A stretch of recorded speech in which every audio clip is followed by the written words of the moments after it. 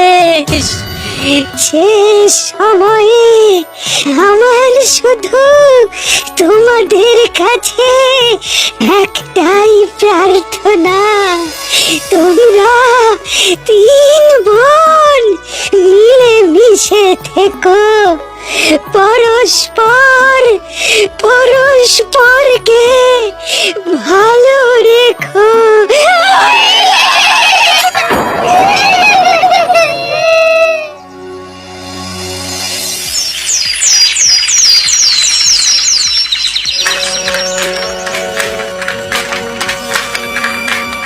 দিদি, দিদি গো, সেই সকাল থেকে দাঁত টেনে টেনে কোমরটা ব্যথা হয়ে গেল। তোমরা কেউ এসো না গো, আমি আর পারছি না। সেই আমরা তো বলি সকাল থেকে বসে আছি। না না, এখন আমি না হয় তোমাদের কাজটা করলাম, তোমরা কেউ তাঁতটা বোনো না গো। পারলাম না রে, আমার খিদেও পেয়েছে গো দিদি, সকাল থেকে তাঁত ছেড়ে উঠতে পারিনি। তাতে কি একবারে খাবি? তোর ভাত আমরা রেখে দিয়েছি, ভাত খেয়ে শাড়িগুলো বাজারে বেচে আসবি। ও আচ্ছা, তাই হবে।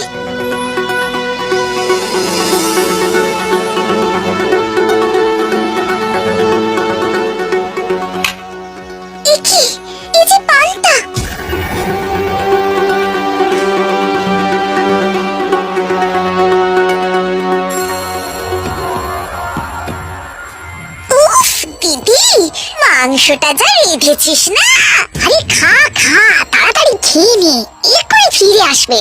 হ্যাঁ, আজ আবার শুধু পেঁয়াজ কামড়ে পান্তা খেয়ে গেছে। রাতে কি খাবে? দূর, কিছু রাখলে তো খাবে, বলবো রান্নাই করিনি। বাবার আদরে সুন্দরী ছোট মেয়ে, এখন না খেয়ে শুকিয়ে মরবে।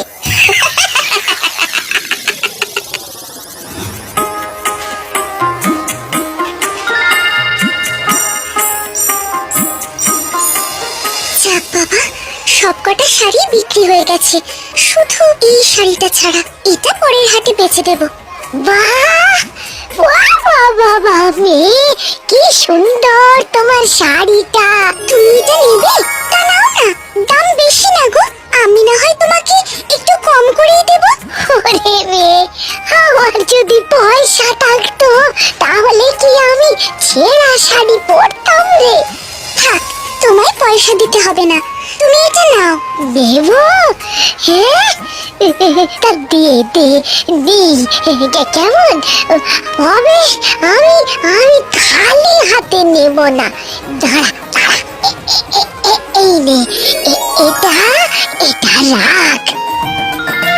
তোর তোর মুখ দেখে মনে হচ্ছে তোর খাওয়া হয়নি। যা বাড়ি যা, বাড়ি গিয়ে এই ফুলদানিকে বলিস খেতে দিতে, ও দেবে।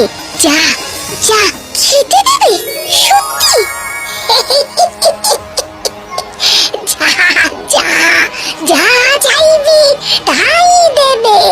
এখন বাড়ি যা, সূর্য ডুবছে।